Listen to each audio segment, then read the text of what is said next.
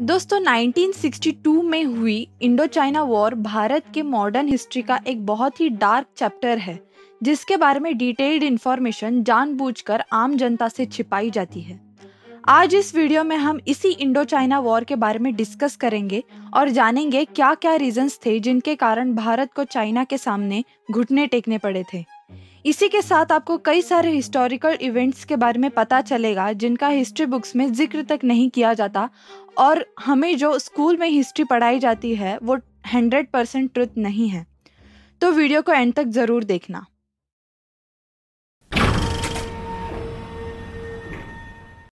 इस वॉर को सीनो Indian war भी कहा जाता है। सीनो का मतलब चाइनीज। 1951 में चाइना ने तिब्बत पर कब्जा करने के बाद 1959 में तिब्बत में दलाई लामा के नेतृत्व में रिवॉल्ट शुरू हुआ। इस रिवॉल्ट को दबाने के लिए चाइना के पीपल्स लिबरेशन आर्मी ने दलाई लामा के अगेंस्ट वारंट जारी किया। पीएलएस से बचने के लिए दलाई लामा तिब्बत की कैपिटल ल्हासा से भाग निकले और भारत में शरण ली। सिंस भारत ने दलाई लामा को असाइलम दिया, इसीलिए चाइना को एक काफी अच्छा मौका मिला भारत के खिलाफ एक्टिव वॉर स्टार्ट करने का। इसके अलावा भारत उन दिनों अल्ट्रा डिफेंसिव स्ट्रैटेजी पर चल रहा था, तो चाइना ने भारत के इसी डिफेंसिव स्ट्रैटेजी का फायदा उठाते हुए 20 अक्टूबर 1962 में भारत के साथ वॉर डिक्लेयर कर दिया। ये वॉर 2 फ्रंट्स पर चला। एक फ्रंट लद्दाख के अक्साई रीजन में और दूसरा फ्रंट अरुणाचल प्रदेश में था। उस वक्त भारत के प्रधानमंत्री नेहरू जी और रक्षा मंत्री वीके कृष्णा मेनन थे। इन दोनों की जोड़ी ने मिलकर इतने सारे एक के बाद ब्लंडर्स किए कि भारत चाइना के सामने टिक ही नहीं पाया। वो तो वॉर में लड़ने वाली हमारी आर्मी के जवानों की बदौलत 1 महीने तक वॉर चली। अदरवाइज चाइनीज आर्मी को इस वॉर को निपटाने के लिए 10 दिन तक नहीं लगते। सारे ब्लंडर्स को 1 बाय 1 डिस्कस करेंगे। तत्कालीन भारत के पीएम नेहरू जी खुद को विश्व के सामने एक शांति के एम्बेसडर के तरह दिखाना चाहते थे। उनका वॉर में बिल्कुल भरोसा नहीं था।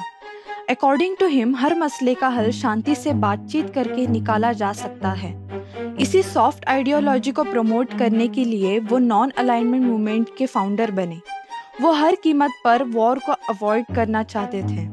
उन्हीं का हाथ पकड़कर तत्कालीन भारत के रक्षा मंत्री वीके कृष्णा मेनन ने एक स्टेप और आगे जाते हुए अल्ट्रा सॉफ्ट डिफेंस स्ट्रैटेजी अपनाई हुई थी।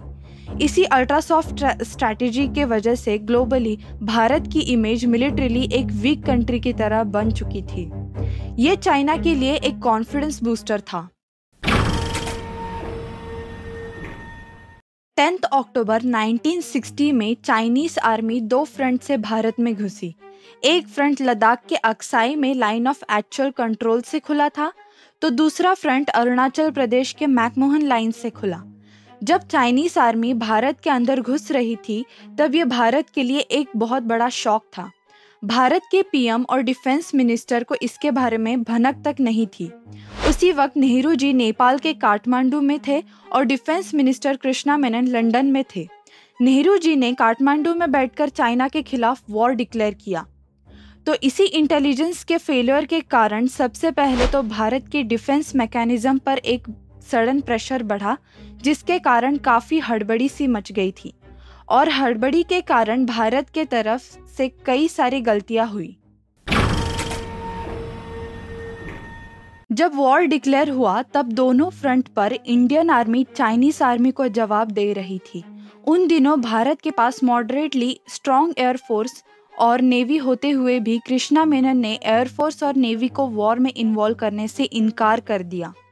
इसके पीछे उन्होंने ये रीज़न बताया कि अगर भारत अपने तरफ से एयरफोर्स और नेवी इन्वॉल्व करता है तो ये वॉर को और ज़्यादा बढ़ा सकता है, और ये उनकी so called ultra soft ideology के खिलाफ था। तो इसी के कारण भारत की पूरी एयरफोर्स और navy completely stand by mode पर थी। किसी भी आर्मी में एक रैंकिंग की हायरार्की होती है। आर्मी को इसी हायरार्की के अंडर काम करना होता है। जब कोई भी वॉर होता है तब हर लेफ्टिनेंट जनरल को उनके करस्पॉन्डिंग जनरल के कमांड पर ही एक्शन लेना होता है। हर अपडेट को उसी जनरल को रिपोर्ट करना होता है। लेकिन अरुणाचल प्रदेश में इंडियन आर्मी के तरफ से लड़ रहे एक लेफ्टिनेंट जनरल नेहरू जी के रिलेटिव थे। उन्होंने जनरल को बाईपास करते हुए डायरेक्टली नेहरू जी को रिपोर्ट करना शुरू किया। इसकी वजह से अरुणाचल प्रदेश में आर्मी के अंदर बहुत बड़ा कम्युनिकेशन गैप बन गया। वॉर जैसी सिचुएशन में कम्युनिकेशन जैसी इम्पोर्टेंट एस्पेक्ट को जब इग्नोर किया जाता है, वो भी लेफ्टिनेंट जनरल जैसी हाई रैंकिंग ऑफिसर से, तब उस वॉर का नतीजा हार के अलावा और क्या हो सकता है। जब चाइना भारत के खिलाफ वॉर स्ट्रैटेजी बना रहा था, तब भारत चाइना से दोस्ती का हाथ बढ़ा रहा था। नेहरू जी को चाइना पर इतना भरोसा था कि उन्हें लगता था चाइना कभी भी इतना फुल फ्लेजेड वॉर नहीं कर सकता। इसीलिए चाइनीज बॉर्डर को भारत ने काफी इग्नोर करके रखा था। इनफैक्ट भारत ने उन बॉर्डर के आसपास बेसिक रोड इंफ्रास्ट्रक्चर तक नहीं बनाया था, ताकि इन केस चाइना कभी वॉर करे तो चाइनीज आर्मी भारत में ज्यादा अंदर तक ना घुस सके। चाइनीज आर्मी को भारत की जमीन पर ज्यादा अंदर घुसने में दिक्कत पैदा हो जाए, इसलिए जानबूझकर इन रीजन्स में इंफ्रास्ट्रक्चर को बनने नहीं दिया। इस अल्ट्रा डिफेंसिव स्ट्रैटेजी ने अल्टीमेटली वॉर में भारत को ही भारी नुकसान पहुंचाया। रोड नेटवर्क के ना होने के कारण इंडियन आर्मी के फूड, एम्यूनिशन और मेडिसिन के सप्लाईज में दिक्कतें पैदा होने लगी।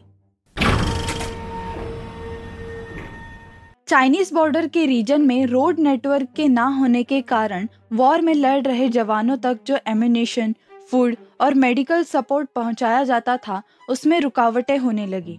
एम्यूनिशन की कमी तो इतनी भयंकर थी कि भारतीय जवान एक टाइम पर गन पे लगे हुए बेनेट से लड़ रहे थे। गन के सामने जो चाकू लगी होती है ना, उसे बेनेट कहते हैं। जबकि चाइनीज जवान प्रॉपरली प्लानिंग के साथ घुसे हुए थे। उसी के साथ भारत की आर्मी को आर्टिलरी और टैंक्स का बैकअप सपोर्ट भी नहीं था। रादर भारत के पास उतने आर्टिलरी, गन्स और टैंक्स थे ही नहीं। ऊपर से ये वॉर लद्दाख और अरुणाचल प्रदेश जैसी ऊंची जगहों पर पहाड़ों में चल रही थी। ऐसी हाइटेंड जगहों पर वॉर लड़ने के लिए जरूरी प्रोटेक्टिव गियर्स के शूज, कैमोफ्लेज और टेंट्स तक की कमी थी। ऐसी सिचुएशन में जब फूड और मेडिसिन के सप्लाईज रुक गए, तब इंडियन आर्मी के जवान पता नहीं कैसे लड़ पा रहे थे। लगभग एक महीने से चल रही इस वॉर का एंड 21 नवंबर 1962 को हुआ, जब भारत ने सरेंडर किया। तब तक चाइना ने भारत के अक्साई और अरुणाचल प्रदेश का काफी सारा एरिया कब्जा लिया था। बाद में यूएन के प्रेशर से चाइना को अरुणाचल प्रदेश से बैक ऑफ करना पड़ा, लेकिन अक्साई यानी लद्दाख का ये पार्ट भारत को खोना पड़ा। इस हार के वजह से भारत की इमेज की वर्ल्ड वाइड काफी बदनामी हुई थी। उसी के बाद भारत ने कई सालों तक अपने आप को मिलिट्रीली स्ट्रांग बनाने की प्रयास किए। कई सारे विदेशी आर्टिलरीज और टैंक्स को अर्जेंट बेसिस पर खरीदना पड़ा। आज के दिन अगर हाइपोथेटिकली भारत और चाइना के बीच वॉर हो जाती है, तो क्या भारत चाइना का मुकाबला कर पाएगा? 1962 के सीनो इंडियन वॉर के बाद भारत ने चाइना के प्रति अपनी स्ट्रैटेजी में थोड़ा सुधार लाया है। हावेवर, आज भी चाइनीज एग्रेशन के खिलाफ अपने सॉफ्ट पावर को उतना स्ट्रांगली यूज नहीं कर पा रहा है, लेकिन भारत के आइडियोलॉजी में काफी बदलाव देखने को मिल रहा है। भारत अब उतना ज्यादा डिफेंसिव ना रहकर चाइना के एग्रेशन को हेड टू हेड टक्कर देने की हिम्मत रखता है। अनलाइक देन, भारत का आज का इंटेलिजेंस नेटवर्क काफी स्ट्रांग है। भारत चाइनीज बॉर्डर के आसपास के रीजन में, खास करके नॉर्थ ईस्ट इंडिया के रीजन में, अब एग्रेसिवली रोड इंफ्रास्ट्रक्चर बढ़ा रहा है, ताकि वॉर लाइक सिचुएशन में इंडियन आर्मी को क्विकली मोबिलाइज किया जा सके। अब भारत में इंडियन आर्मी, नेवी और air force chief of defence staff के अंडर एक दूसरे से प्रॉपरली इंटीग्रेटेड है। इसीलिए वॉर की सिचुएशन में तीनों मिलकर भारत को प्रॉपरली डिफेंड कर सकते हैं। चाइना को काउंटर करने के लिए भारत ने इंडियन ओशन में कई सारे एक्टिव बेसेस बनाए हैं, जिनके कारण भारत चाइना का सबसे बड़ा weak point straight of Malacca पर कड़ी नजर रख रहा है। अगर चाइना ऊपर से भारत पर एग्रेशन दिखाता है, तो इंडियन नेवी इस स्ट्रेट ऑफ मलाक्का पर ब्लॉकेड बना सकता है, जिसके कारण चाइना का 80% ट्रेड रुक जाएगा, क्योंकि चाइना एक ऑयल इंपोर्टिंग कंट्री है, तो ऑलमोस्ट सारा ऑयल इसी रूट से चाइना में इंपोर्ट होता है। जब भारत इस रूट को ब्लॉक करेगा तब चाइना ज़्यादा दिनों तक विदाउट ऑयल वॉर नहीं चला पाएगा। उसी के साथ भारत में फुल मेजॉरिटी की गवर्नमेंट है, जिसका फ़ायदा ये है कि अगर वॉर हो जाता है तो स्ट्रॉन्ग डिसीजन लेने में इंडियन गवर्नमेंट को ज़्यादा मुश्किलें नहीं होंगी। रिसेंटली भारत एशियन कॉन्टिनेंट में एक स्ट्रॉन्ग कंट्री बनकर उभरा है, जो चाइना जैसी ह्यूज पावर को खुली टक्कर दे सकता है। आपको क्या लगता है कि भारत को चाइना के अग्रेशन को काउंटर करने के लिए और क्या-क्या कदम उठाने चाहिए? कमेंट सेक्शन में अपना आंसर ज़रूर बताइए। आज की इस वीडियो में इतना ही। वीडियो को लाइक करो और चैनल को सब्सक्राइब करो। Thank you.